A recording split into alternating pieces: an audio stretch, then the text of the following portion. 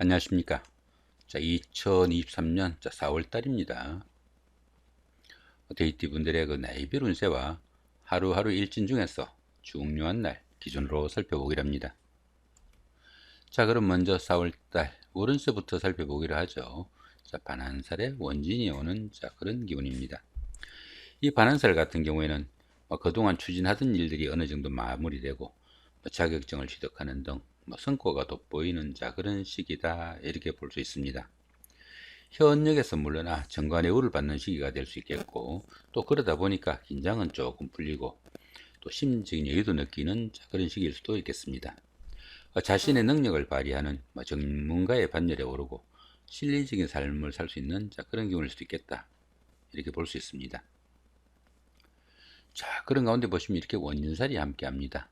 특히 이 원진살 같은 경우에는 대인관계에서 좋아하는 마음과 미워하는 마음이 겹치는 그런 운세로, 함께 있으면 미워지고 또 떨어지면 보고 싶어 안달을 하는 그런 기운도 포함이 되겠다, 이렇게 볼 수도 있습니다.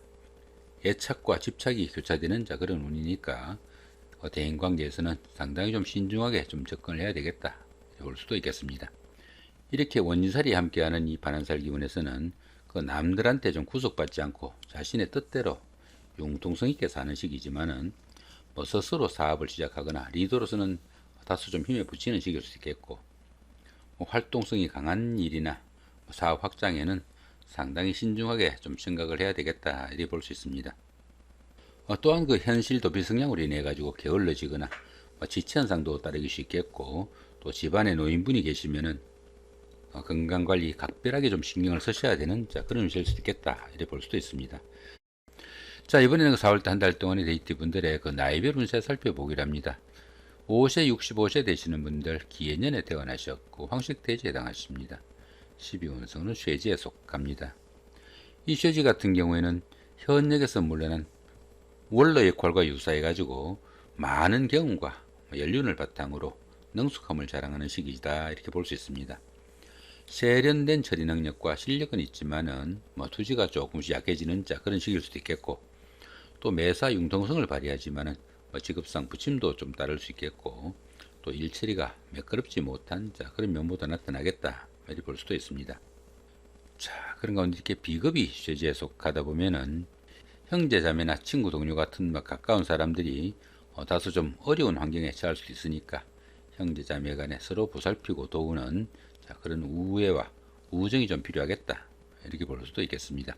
운세를 보시면 어떻습니까? 병지에서 쇠지로 자, 이렇게 상승하는 기운이죠. 다음 달엔 제왕지까지 올라가겠네요. 시간이 갈수록 점점 좋아지는 그런 기운 가운데 있겠다, 보시면 될 것 같습니다. 17세, 77세 되시는 분들 정해년에 태어나셨고 적색대지에 해당하십니다. 12운성은 역시 쇠지네요. 이 쇠지 같은 경우에는 그 현역에서 물러난 원로 역할과 유사해가지고 그 경험도 많고 또 연륜도 풍부해가지고 모든 일을 능수능란하게 좀 처리하지만은 직업상 부침도 조금씩 따를 수 있겠고 일 처리가 매끄럽지 못한 그런 면모는 아무래도 나타날 수 있겠다, 이렇게 볼 수 있습니다. 보편적인 쇠지 같은 경우에는 그 성격이 부드러워 가지고 사람 좋다는 소리는 들을 수 있지만은 주변 사람들과의 시비나 구설수에 좀 주의해야 되겠고, 또 부부 간에도 불화와 갈등은 좀 신경을 쓰셔야 되는 그런 운세다, 이렇게 볼 수 있습니다. 자, 그런 건 이렇게 상관이 쇠지에 속하다 보면은 사업이나 추진하던 일에서 부침이 따르기 쉬우니까 재물 관리 조금 신경을 쓰셔야 되는 그런 운세일 수도 있겠고, 특히 그 여자분들은 자녀분들로 인한 크지는 않지만은 자잘한 걱정거리도 있는 그런 운세도 될 수 있겠다, 이렇게 볼 수 있습니다. 운세 여러분 역시 마찬가지죠. 병지에서 쇠지로 이렇게 올라가는 기운이니까 다음 달에는 제왕지까지 올라가겠네요. 시간이 가면서 점차 좋아지는 그런 운 속에 있겠다, 이렇게 볼 수도 있겠습니다. 29세, 89세 되시는 분들 어린년에 태어나셨고 청색대지에 해당하십니다. 12운성은 관대지에 속하네요. 이 관대지 같은 경우에는 노련미가 조금 부족한 면은 있지만은 사업이나 추진하던 일에서는 상당히 열정적이고 부지런해 가지고 좋은 기회를 잡을 수 있는 그런 운이다, 이렇게 볼 수 있습니다. 당연히 그 사업은 호전되고 취업을 하거나 승진선거 같은 명예가 상승하는 좋은 운세가 될 수도 있겠고, 때로는 그 금전적인 혜택도 주어지는 그런 운세다, 이렇게 볼 수 있습니다. 그렇지만 이 관두지 같은 경우에는 모든 일이 잘 풀려나가는 그런 기운이다 보니까 다른 사람들의 이견을 좀 무시하거나 경솔히 이 일을 처리하는 경향이 있으니까 그런 부분은 조금 신경을 쓰셔야 되겠다, 이렇게 볼 수도 있겠습니다. 자, 그런 가운데 이렇게 재성이 관대지에 속하다 보면은 경제적으로 여유도 생기고 의식주도 넉넉한 좋은 시기지만은 집안에서는 그 부부간의 갈등과 불화가 좀 상존할 수 있으니까 그런 부분은 조금 신경을 쓰셔야 되겠다, 이렇게 볼 수도 있겠습니다. 41세 101세 되시는 분들 개년에 태어나셨고 흑색돼지에 해당하십니다. 12운성은 양지에 속하네요. 이 양지 같은 경우에는 그동안 구상만 하던 그런 일들을 소규모로나마 실질적으로 좀 추진해 볼 수 있는 그런 운세다, 이렇게 볼 수 있습니다. 금전적인 혜택도 주어지고 다수간의 행재수도 따르는 안정적인 기운이다, 이렇게 볼 수 있습니다.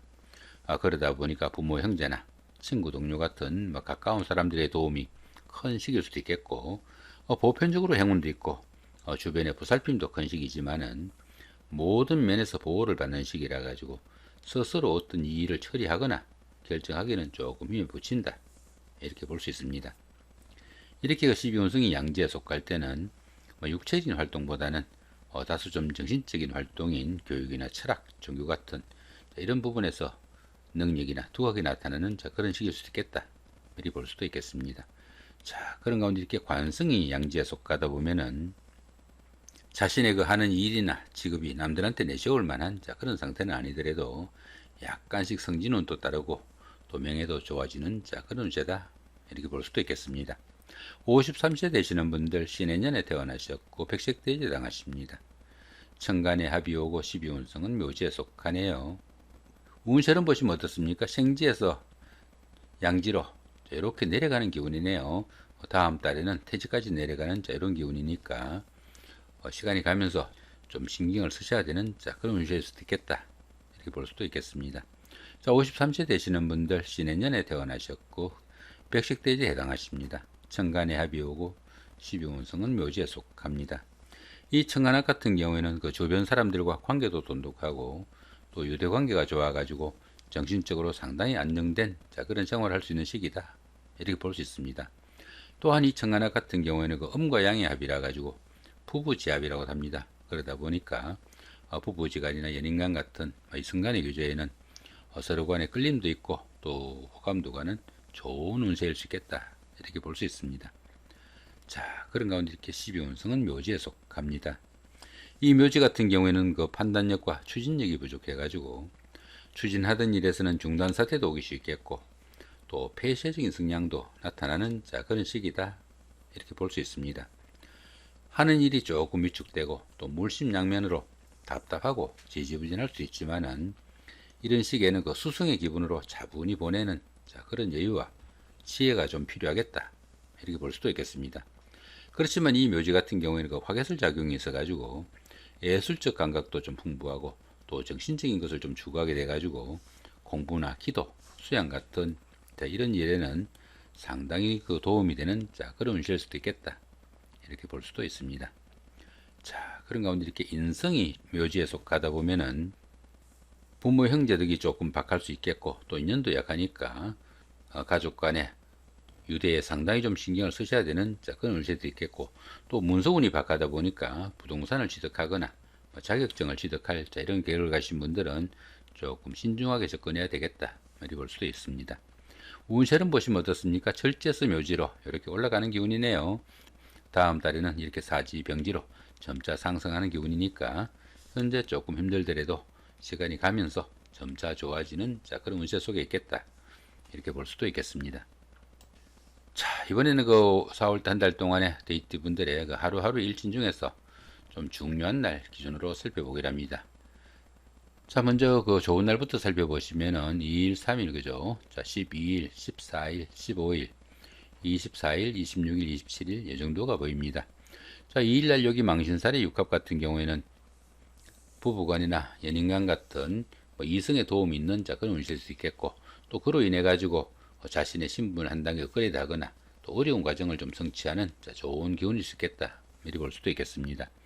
자, 여기 장성살의 삼합 같은 경우에는 학창 시절의 그 동창생들이나 직장 다니시면서 동료분들, 자, 이런 분들의 도움으로 보편적으로 어떤 일을 추진해도 잘 풀려나가는 자, 그런 기운이다.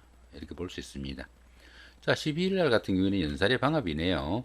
요 같은 경우는 어떻습니까? 뭐 형제자매나 친구 동료 같은 가까운 사람들의 도움으로 뭐 데이트를 나거나 미팅, 소개팅 같은 자, 이런 일에서 상당히 성과가 나는 자, 좋은 기운이다. 이렇게 볼 수도 있겠습니다. 자, 이번에는 그 안 좋은 날 한번 살펴보기랍니다. 4일, 5일, 그죠? 자, 11일, 16일, 17일, 23일, 28일, 29일, 요 정도가 보입니다.